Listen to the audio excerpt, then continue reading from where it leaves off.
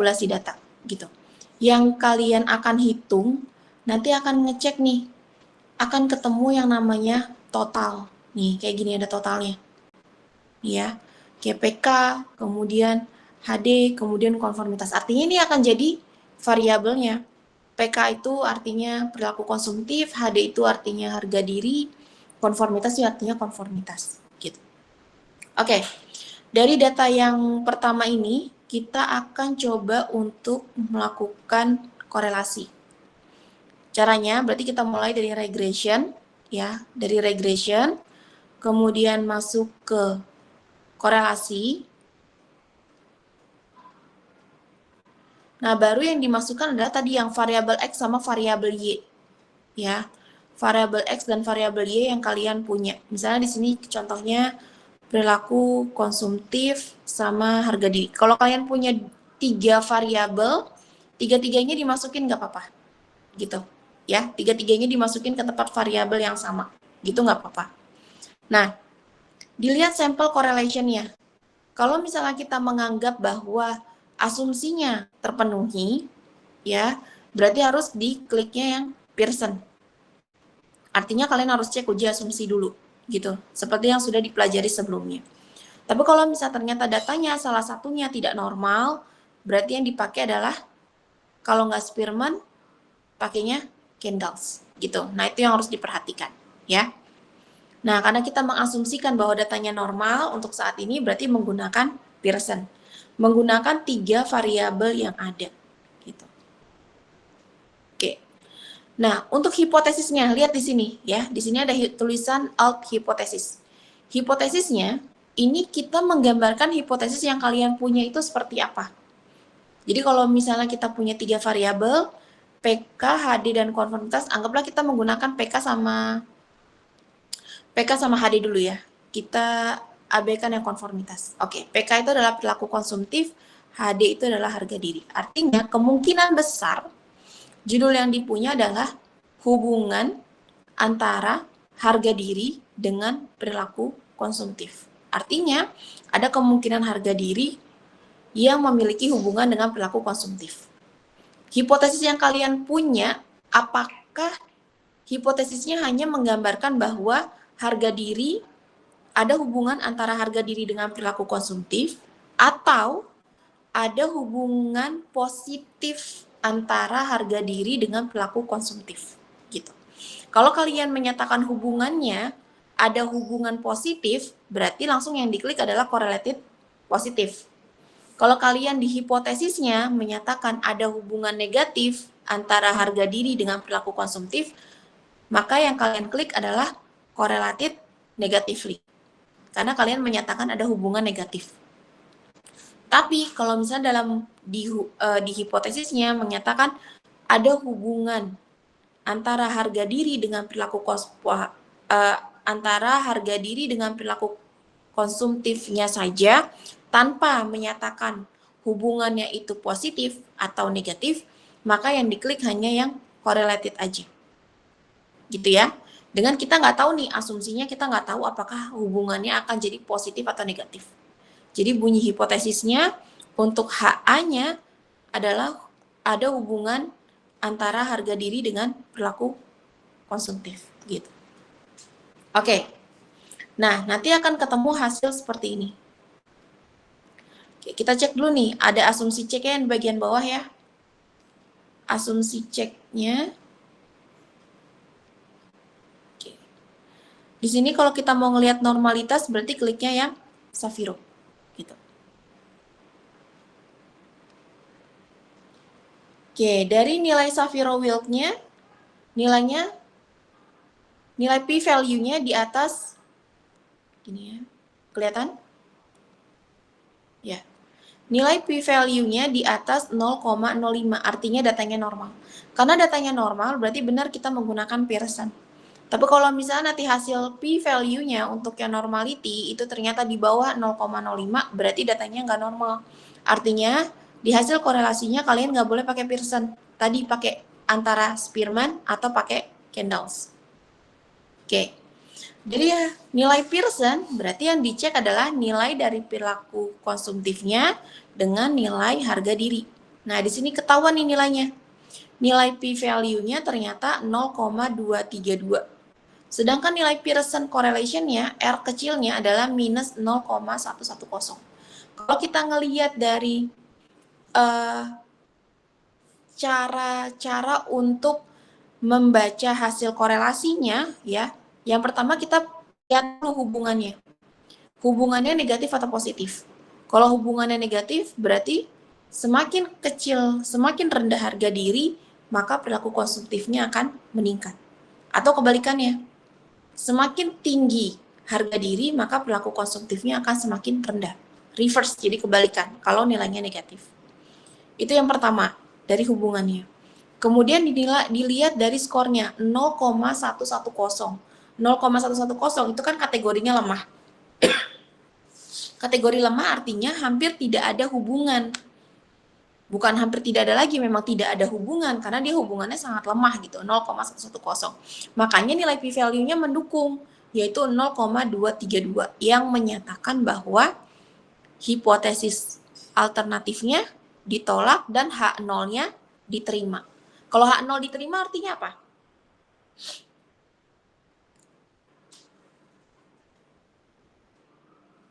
H0 diterima artinya apa?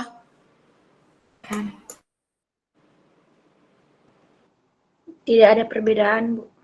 Bukan tidak ada perbedaan, kan kita lagi ngomongin Pearson korelasi. Oh, Jadinya apa?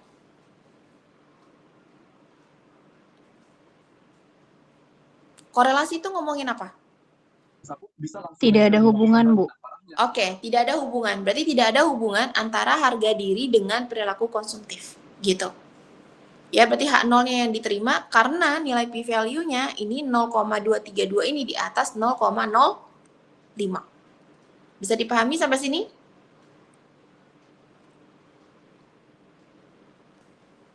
Ada pertanyaan?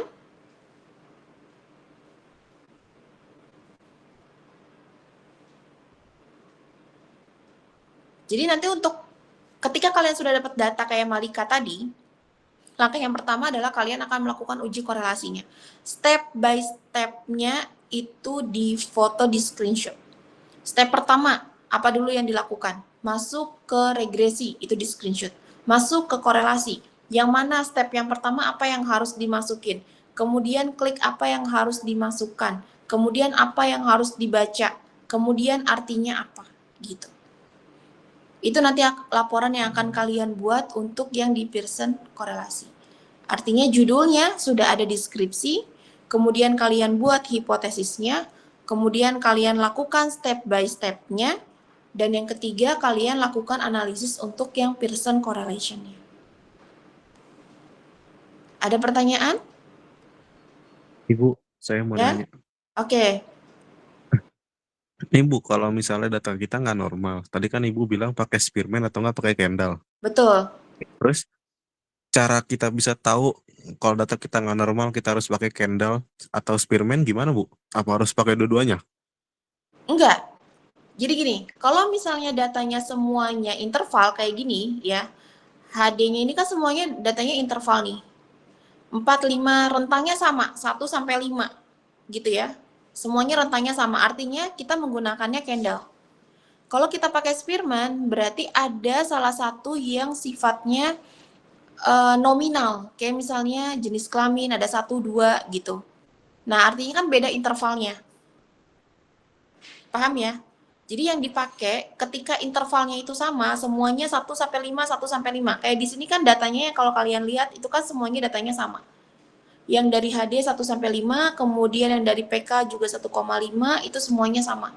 Artinya ketika datanya ini tidak normal, maka yang akan kita pakai adalah candles.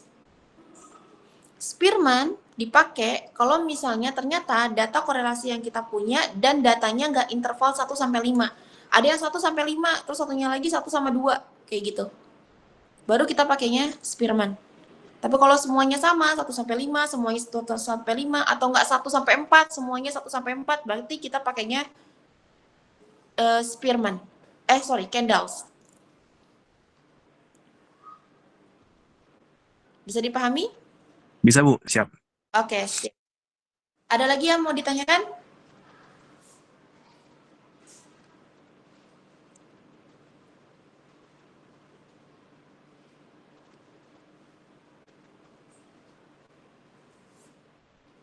Itu untuk yang korelasi ya. Sekarang kita coba masuk untuk data yang sifatnya untuk uji beda. Kemarin kita udah coba uji beda berapa? Uji T, kemudian uji F, sama satu lagi yang pair ya, yang pair. Cuma untuk yang pair itu kan sangat jarang ada ya. Jadi kita akan gunakan untuk data uji T dan juga uji F.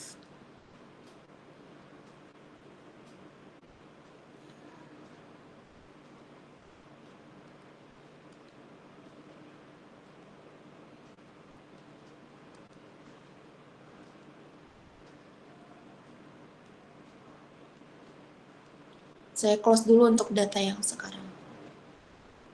Tolong diperhatikan sekali lagi, untuk kita akan mencoba t-test dan ONOVA. Syaratnya adalah, kapan kita menggunakan t-test? Ada yang masih ingat kapan kita menggunakan t-test?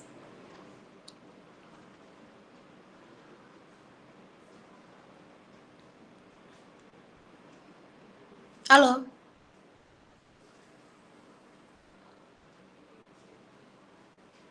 Saat ada 2 kelompok, Bu. Oke, good. Saat ada 2 kelompok. Jadi kalau kita punya 2 kelompok nih ya, di sini ada kelompok jenis kelamin. Jenis kelamin ini kelompoknya cuma 2, laki-laki dan perempuan. Jadi nggak ada yang namanya kelompok transgender.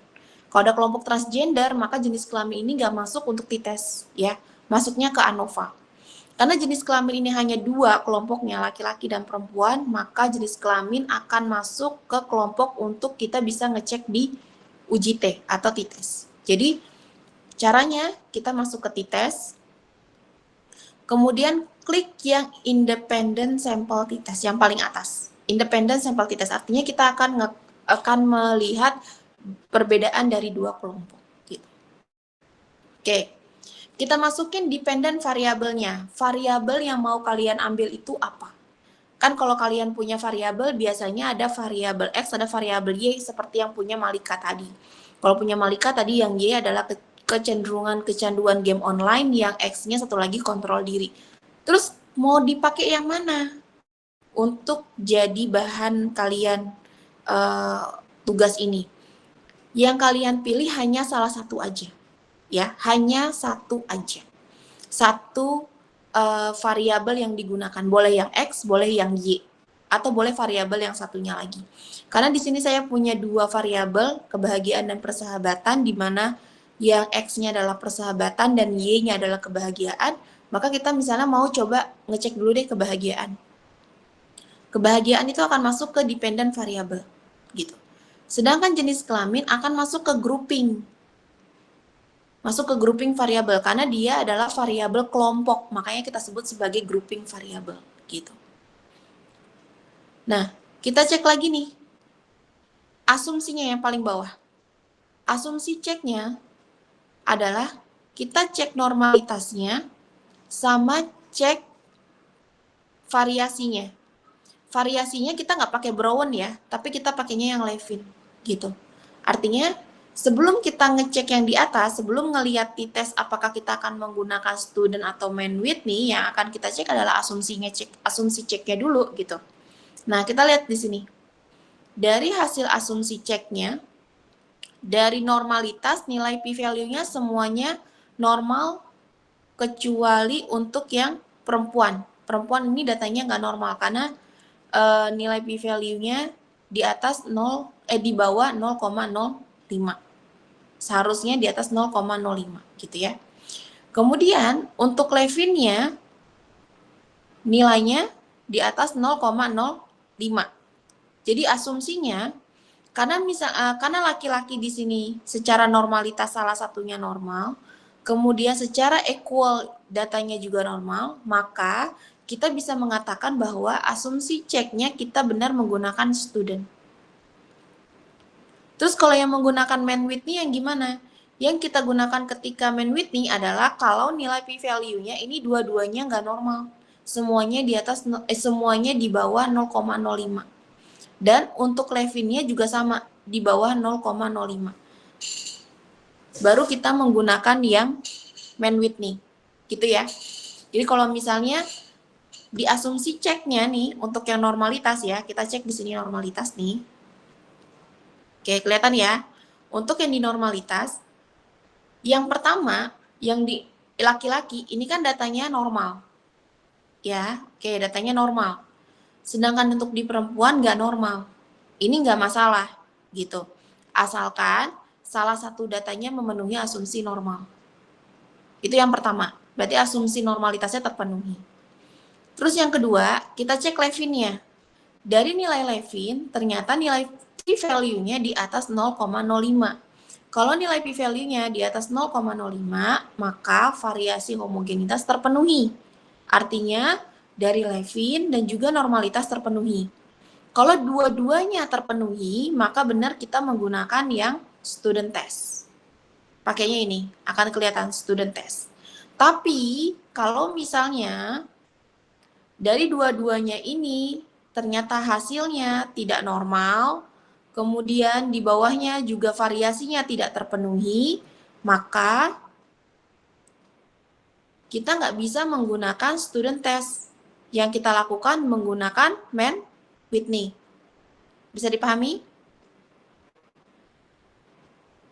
Bisa, Bu. Oke, good. Nah, setelah kita ngecek asumsi ceknya, baru kita masuk ke hasil independent sample t-test.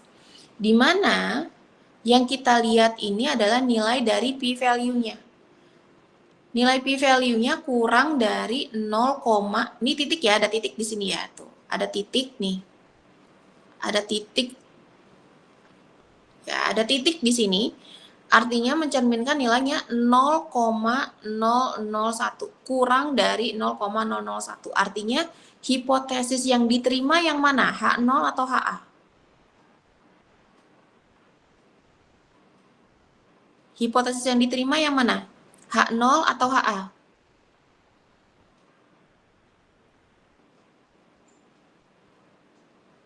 Yang mana? Bu.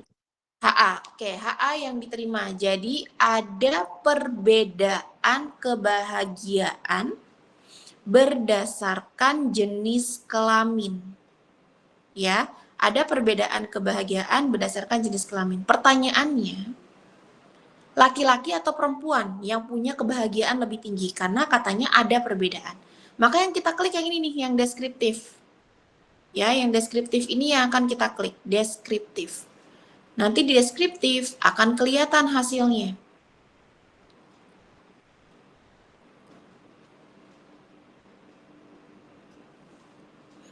Nah, dilihatnya dari mana? Dari nilai min. Dari nilai minnya yang akan kelihatan. Bahwa laki-laki kebahagiaannya sebesar 106,154. Ya, 106,154. Sedangkan perempuan kebahagiaannya 138,176. Jadi di sini yang lebih bahagia siapa? Laki-laki atau perempuan? Perempuan, Ibu. Perempuan. Karena skornya minnya lebih tinggi. Jadi kesimpulannya perempuan lebih bahagia dibandingkan laki-laki. Gitu. Dengan hipotesis nolnya, hipotesis alternatifnya diterima, yaitu ada perbedaan kebahagiaan berdasarkan jenis kelamin atau ada perbedaan kebahagiaan pada laki-laki dan perempuan. Sampai sini ada pertanyaan?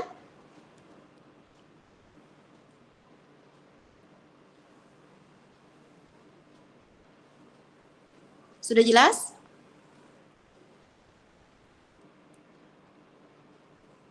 Jelas, Bu. Oke, sip. Kita masuk ke data yang berikutnya.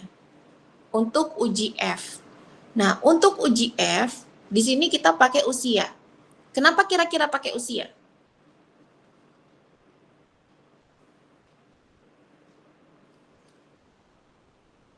Kenapa pakai usia?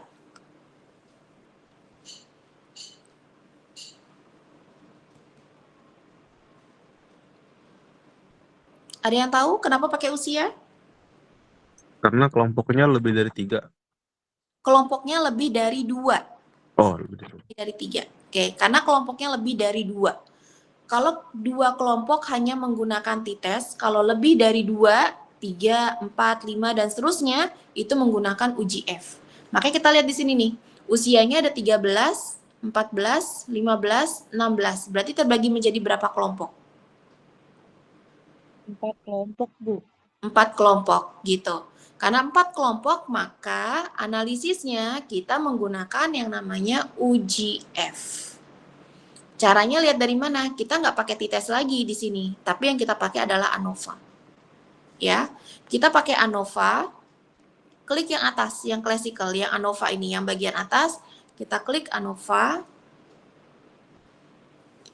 kita masukin dependent variabelnya, karena kita tadi di t-test pakainya kebahagiaan, maka sekarang kita pakai kebahagiaan lagi, jadi biar sama, konsisten, gitu ya. Jadi kalau misalnya dari awal kalian pakainya variabel X, ya berarti variabel berikutnya untuk uji F juga pakainya variabel X. Jadi jangan beda-beda. Oke. Kemudian masukin usianya di fix factor. Ya, di fix factor ini adalah masukin usianya. Jadi kelompok yang tadi nanti akan muncul di sini. Oke. Yang dicek sama, cek asumsinya. Asumsi cek yang di sini yang kita cek hanya homogenitasnya aja. Untuk melihat apakah datanya itu homogen atau tidak, gitu ya. Kemudian dicek lagi yang deskriptif statistik yang di bagian display. Kelihatan? Di bagian display, klik yang deskriptif statistik. Ini ya, deskriptif statistik. Kemudian di asumsi cek, kliknya yang homogeneity test. Bisa dipahami? Bisa, Ibu. Bisa? Bisa, Ibu. Oke, sip. Nah, dari sini nanti kita muncul nih angkanya. Ini belum.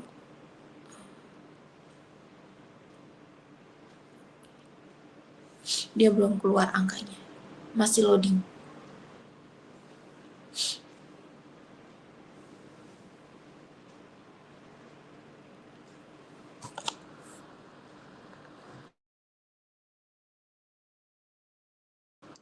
Sebentar ya, teman-teman, saya cek dulu.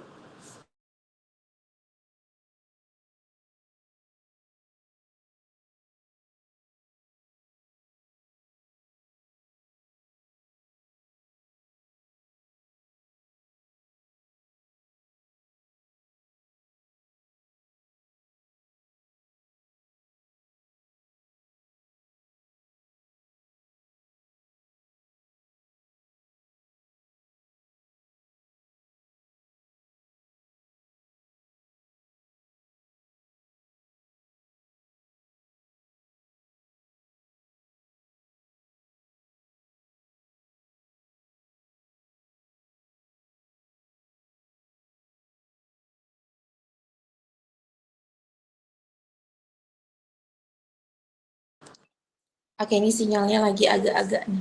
Kita coba ulang lagi aja. Bentar.